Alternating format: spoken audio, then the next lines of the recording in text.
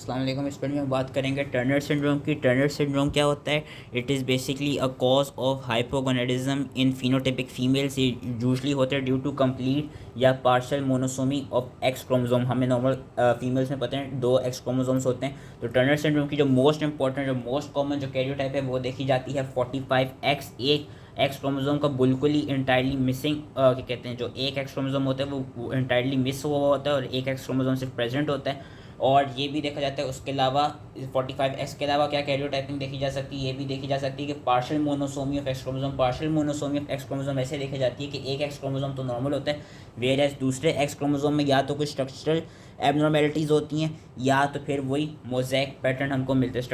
Structural abnormalities हमें क्या मिलती हैं कि ये मिल सकता है कि partial monosomy of x chromosome की, कि या तो आइसोक्रोमोसोम हो गया और लॉन्ग आर्म को, जिस तरह ने यहाँ पे एग्जांपल दी हुई है, आइसोक्रोमोसोम हो गया और लॉन्ग आर्म को, जिसकी वजह से शॉर्ट आर्म बिल्कुल ही लॉस हो गया, या रिंग क्रोमोसोम बन गया।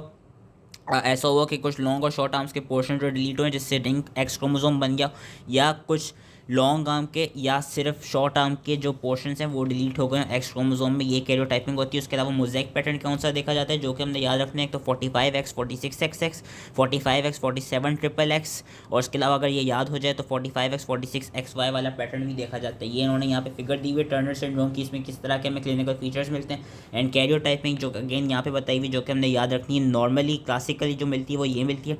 डिफेक्टिव सेकंड एक्स क्रोमोसोम में हमें ये सब मिलती हैं कि 46 के जो पार्शियल मोनोसोमी वाले हैं कि या तो आइसोक्रोमोसोम होगा, या deletion of long arm, deletion of portion of short arm, या रिंग एक्स क्रोमोसोम, और फिर मोज़ेक पैटर्न। ये 4 हैं।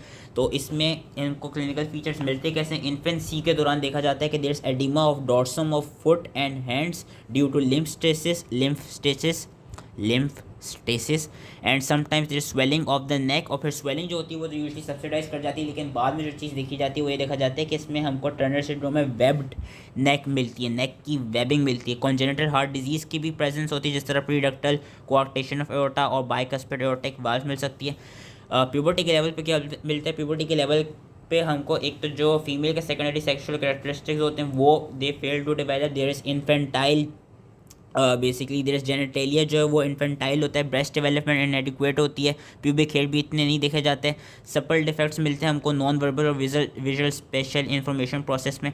और जो मोस्ट इंपॉर्टेंट चीज़ मिलती है वो ये मिलती है कि there is shortness of height. इनका जो स्टेचर होता है, जो हाइट होती है वो यूजली 150 सेंटीमीटर तक ही जा पाती है। एंड हमको ए मेनोरिया मिलता है इसमें टर्नर सिंड्रोम में। एंड उसके अलावा हमको ऑटो एंटीबॉडीज़ भी डिटेक्ट हुई हैं to the presence of thyroid gland, जिसकी वजह से हाइपोथायरॉयडिज्म भी मिलता है। और मेटाबॉलिक सिंड्रोम के फीचर्स भी मिल सकते हैं हमको, जिस तरह glucose intolerance, obesity, non alcoholic fatty liver disease and insulin resistance. जो इसमें देखा जाता है होता क्यों है कि जो लॉस ऑफ एक्स क्रोमोसोम, क्योंकि हमें पता है एक पैटर्नल साइड से इनहेरिट होती है, एक मैटरनल साइड से। ज़्यादातर ये देखा जाता है कि पैटर्नल साइड के एक्स क्रोमोसोम में कोई मसला होता है during the gametogenesis of the paternal, basically during paternal X, क्या कह रहा हूँ, during paternal gametogenesis X chromosome में कोई मसला आ जाता है। इसलिए कहते हैं जो पैटर्नल वाला एक्स क्रोमोसोम होता है उसमें एबनॉर्मेलिटी होती है, जिसकी वजह से टर्नर सिंड्रोम मिलता है। एंड हमें पता है कि जो बोथ एक्स क्रोमोसोम्स हैं they are required for oogenesis। अब होता है क्या, सिंस यहाँ पे एक एक्स क्रोमोसोम का लॉस हो जाता है तो 18th वीक ऑफ जेस्टेशन तक तो फीटल ओवरीज नॉर्मली डेवलप कर रही होती हैं, लेकिन after 18 weeks due to absence of second X chromosome जो ओवरीज होती हैं उनकी डेवलपमेंट सही से हो नहीं पाती। एंड जो oocytes होते हैं, oocytes ये देखा जाता है कि by the age of 2 years fully loss कर जाती है, जिसकी वजह से हमको एमेनोरिया मिलता है। कि amenorrhoea it occurs before menarche, basically sorry amenorrhoea कह रहा हूँ, menopause it occurs before menarche. इसीलिए होते हैं क्योंकि जो oocytes होते हैं they are lost in these affected females within the age of 2 years।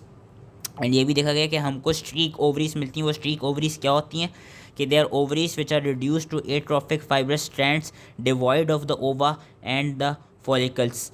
और ये अच्छा, इसमें जो चीज़ याद रखनी है वो ये याद रखनी है कि अगर तो ऐसा हो रहा हो कि पार्शियल मोनोसोमी की वजह से हो रहा हो, अगर लेट्स सपोज शॉर्ट आर्म पे कोई डिलीशंस होगी तो जो हमको फीचर्स मिलेंगे टर्नर सिंड्रोम के वो यूजली सोमेटिक फीचर्स मिलेंगे। वेरस अगर उन जीन्स की डिलीशंस हुई जो कि लॉन्ग आर्म पे प्रेजेंट है तो जो हमको टर्नर सिंड्रोम के फीचर्स मिलेंगे वो हमको फर्टिलिटी और मेंस्ट्रुएशन से रिलेटेड मिलेंगे।